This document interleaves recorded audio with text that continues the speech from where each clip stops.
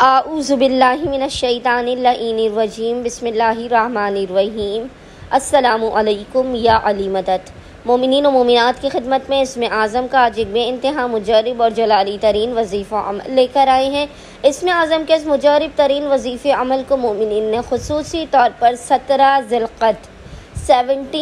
ज़िलक़द के पूरे दिन में किसी भी वक्त निस्फ़े शब तक कर लेना है। खुदावंद मुताल बहक़ मोहम्मद और आले मोहम्मद इस जलाली इसमें आज़म के सदक़े में मोमिनीन की हर बिगड़ी को बना देगा, उनकी हर हाजत को उन्हें उनके मकाम से बुलंद होने से पहले पहले अता कर देगा।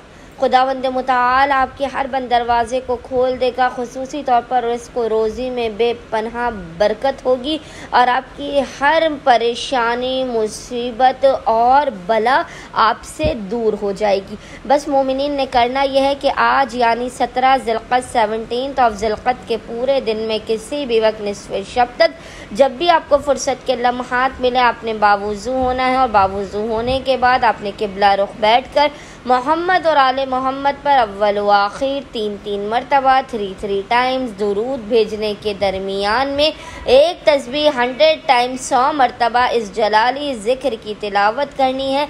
ज़िक्र आपको इंशाअल्लाह ताला स्क्रीन पर लिखा हुआ नज़र आ रहा होगा और वो ज़िक्र है या अल्लाह या कंज़ल फ़ुक़रा, या अल्लाह या कंज़ल फ़ुक़रा।